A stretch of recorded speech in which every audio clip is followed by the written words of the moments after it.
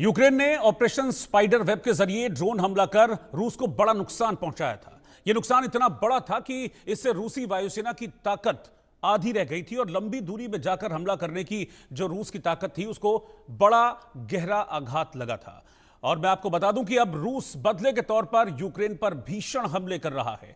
Operation spider web से बौखलाए रूस ने यूक्रेन पर बड़ा अटैक किया है और इस वक्त की ब्रेकिंग न्यूज यही है कि रूस ने पूरे देश में 400 से ज्यादा ड्रोन और 40 से ज्यादा मिसाइलें यूक्रेन में दागी हैं और इस दौरान कम से कम 6 लोगों के मारे जाने की खबर है। दर्जनों लोग घायल बताए जा रहे हैं। तस्वीरें आप देखते रहिए मेरे साइड पे जो चल रही हैं, ये उसी हमले की तस्वीरें मैं आपको दिखा रहा हूं जहां पर पूरा यूक्रेन इस वक्त रूस के निशाने पर है। कीव और सुमी समेत 9 इलाके इन अटैक्स में प्रभावित हुए हैं। यूक्रेनी राष्ट्रपति ज़ेलेंस्की ने इसे युद्ध शुरू होने के बाद का अब तक का सबसे बड़ा हमला करार दिया है। मैं आपको बता दूं कि 400 ड्रोन का इस्तेमाल रूस ने इन अटैक्स में किया। 40 मिसाइलें एक के बाद एक रूस ने यूक्रेन के अलग अलग शहरों में दागी और इसमें 6 लोगों के मारे जाने की खबर सामने आ रही है। तो इस वक्त की ब्रेकिंग न्यूज इन तस्वीरों के साथ मैं बता रहा हूं। देखिए कैसे यूक्रेन इस वक्त दहल रहा है रूस के बम अटैक्स के जरिए, रूस के मिसाइल और ड्रोन अटैक्स के जरिए। ऑपरेशन स्पाइडर वेब से बौखलाए रूस ने पूरे यूक्रेन पर जबरदस्त हमला बोला है। 400 ड्रोन और 40 मिसाइलों के जरिए यह अटैक रूस की तरफ से किया गया है। रूस के हमले में यूक्रेन के कई लोगों के मारे जाने की खबर है। जानकारी यह कि 6 लोग मारे गए हैं और रूस के हमले में पूरा यूक्रेन लगभग आप समझ लीजिए कि वो रूस के टारगेट पर है, रूस के निशाने पर है। 80 लोग घायल भी हुए हैं जो अटैक्स रशिया की तरफ से किए गए। इसमें ये देखिए कैसे ये ऊपर से ये मिसाइल है, नीचे आके गिरती है और जोरदार धमाके के साथ लोहे का एक बड़ा गुबार देखने को मिलता है। और इस वक्त यूक्रेन में सिर्फ ऐसी ही तस्वीरें और जोरदार धमाकों की आवाजें सुनी जा रही हैं। ये 2 तस्वीरें आप देखिए, ये 2 तस्वीरें बता रही हैं कि कितना प्रचंड हमला रशिया ने किया है यूक्रेन पर। और खुद ज़ेलेंस्की इस बात को कह रहे हैं कि जब से युद्ध शुरू हुआ है यानी कि फरवरी 2022 उसके बाद से अब तक का ये सबसे बड़ा अटैक जो रशिया ने यूक्रेन पर किया है, जिसमें यूक्रेन के कई शहरों को निशाना बनाया गया है।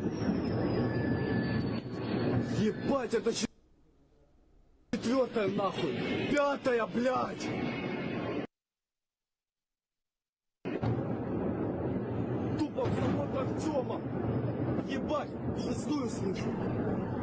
Охуеть. Пизда нахуй. और मेरे साथ इस वक्त एक बेहद खास मेहमान मेजर जनरल रिटायर्ड अनुज माथुर साहब, सीनियर डिफेंस एक्सपर्ट साथ में जुड़ गए हैं। जनरल माथुर, बहुत बहुत स्वागत है आपका। लेकिन जिस तरह की परिस्थितियां इस वक्त बनी हैं और जिस तरीके का अटैक कर रहे हैं पुतिन यूक्रेन पर, वो लग रहा है कसम खा ली है कि 24 घंटे में अब खत्म करके मानेंगे। 400 ड्रोन 40 मिसाइल एक साथ दागी गई हैं यूक्रेन के कई शहरों में और खुद ज़ेलेंस्की कह रहे हैं कि ये फरवरी के बाद से अब तक का सबसे बड़ा हमला है और पुतिन तबाही पर उतर आए। बिल्कुल रोहित, आप बिल्कुल ठीक कह रहे हैं। देखिए, जो कुछ दिन पहले जो ऑपरेशन इन्होंने यूक्रेन ने किया रशिया के ऊपर, वो मेरे ख्याल से इतिहास के सर्वोत्तम ऑपरेशंस में से एक था। बहुत लंबी प्लानिंग, 1.5 साल प्लानिंग करी है उसकी। और 7000 किलोमीटर अंदर जाके उन्होंने स्ट्रेटेजिक बॉम्बर्स के ऊपर हमला किया है। तो ये इतना बड़ा आघात है कि इस प्रकार का जो रिटेलिएशन है उसकी उम्मीद बहुत पहले से थी और ये सिर्फ it was just a matter of time कि इतना बड़ा हमला कब रूस करेगा यूक्रेन के ऊपर, और वही उन्होंने किया। ये मैंने पहले भी कहा था, देखिए कि इस बार जो हमला होगा वो हमला केवल फॉरवर्ड एरियाज में या जहां पर वो डॉनबास और इसका इलाका है वहां पर नहीं होकर के ये वेस्टर्न यूक्रेन में भी किया जाएगा। और अब ये यकीन किया जाएगा कि इन हमलों के मार्फत उनके मेन मटेरियल मोराल पे ज्यादा से ज्यादा असर डाला जाए, ज्यादा ज्यादा प्रभाव डाला जाए। और अब आप देखेंगे इसका और दायरा बढ़ने वाला है। ये लवीव तक ये जाएगा इनका हमला का हमला। और ये प्रयास करेंगे कि उनके जो सप्लाई रूट्स हैं, लॉजिस्टिक्स के जो ट्रेन से उनका सामान आ रहा है या सी रूट से जो सामान आ रहा है, तो उसको भी किसी प्रकार से ब्लॉक किया जा सके। देखिए, आपको इसीलिए ओडेसा पे आपने पिछले 1 आध दिन में देखा होगा कि हमलों में बहुत ज्यादा तेजी आई है। काला सागर में रूस अपना प्रभुत्व पूरा जमाने का प्रयास कर रहा है। और अगला हमला मुझे लगता है कि दक्षिण दिशा से आएगा, जहां पर ओडिशा के ऊपर हमला किया जाएगा। और ये ओडिशा से तरफ से एक और नॉर्थ की तरफ से दूसरा हमला आकर के उसके ऊपर पूरी तरह से स्ट्रैंगुलेट करने की कोशिश की जाएगी। लेकिन मैं आपको रोहित एक बात बताना चाहता हूं सर। कि हम पहले भी इस बात को कर चुके थे कि इतना आसान नहीं होगा कि 24 घंटे या 48 घंटे में बहुत ज्यादा उसका इतना नुकसान हो जाए।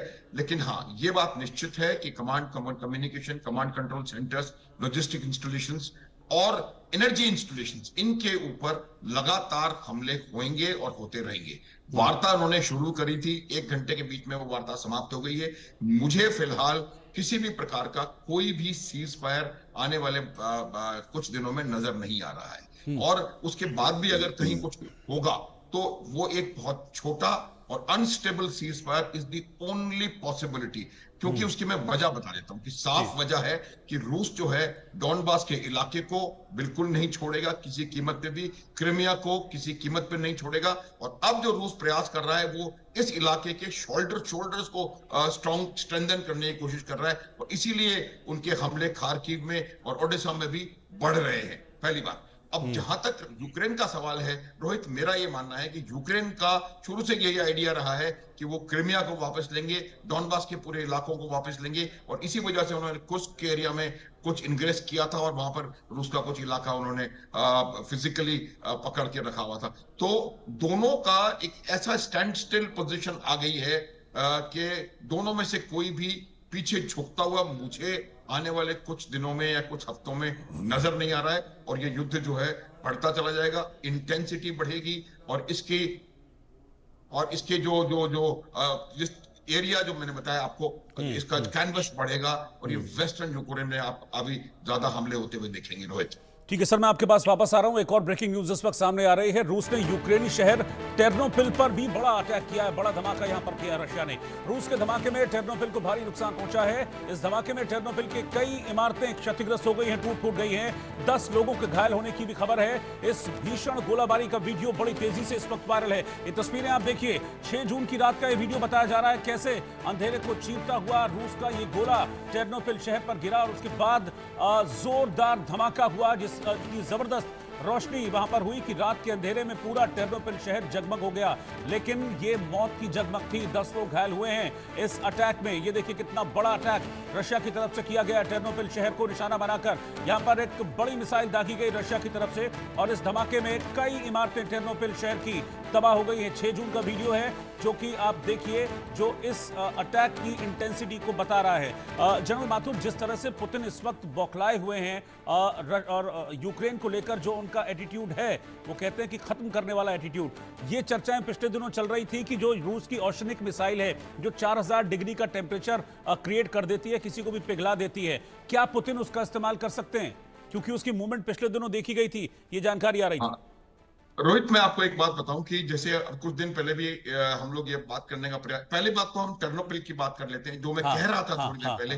टेर्नोपिल जो है वो वेस्टर्न यूक्रेन में है, और वेस्टर्न यूक्रेन का मतलब ये है कि जो मैं बता रहा हूं उसका जो आयाम को बढ़ाया जा रहा है, उसकी मैं वजह बताता हूं। देखिए, ये एक प्रकार का नॉन कॉन्टैक्ट अट्रिशन वॉरफेयर है। अट्रिशन वॉरफेयर का मकसद होता है कि आप दुश्मन के ऊपर इतनी क्षति पहुंचाएं, उनके मैन मटेरियल मोरल, 3 चीजों पर, उनकी सैन्य क्षमता पर, उनके जो लड़ाई लड़ने की जो जो उनके मटेरियल है उसके ऊपर, और उनके मोरल पर, ताकि वो घुटने टेकने पर मजबूर हो जाएं। उदाहरण हमने पाकिस्तान में देख लिया, 2.5 दिन में हमने इतना नुकसान पहुंचाया कि वो घुटनों पर आ गए। तो वही प्रयास रहेगा रूस का, क्योंकि ये कॉन्टैक्ट वॉर नहीं है, इसमें कोई फिजिकल मनूवर्स नहीं हो रहे हैं। कहीं भी जाकर के फिजिकली कीव को कब्जा करने का, या टर्नोपिल को, या फिर लवीव को कब्जा करने का कोई आइडिया नहीं है। तो मेरा यह मानना है कि थोड़ी देर पहले मैंने बताया, दायरा वो बढ़ाएंगे। जो एरिया उन्होंने ऑलरेडी कंट्रोल में उनके है, डॉनबास का इलाका, उसके शोल्डर्स को वो स्ट्रेंथन करेंगे। शोल्डर्स से मेरा मतलब है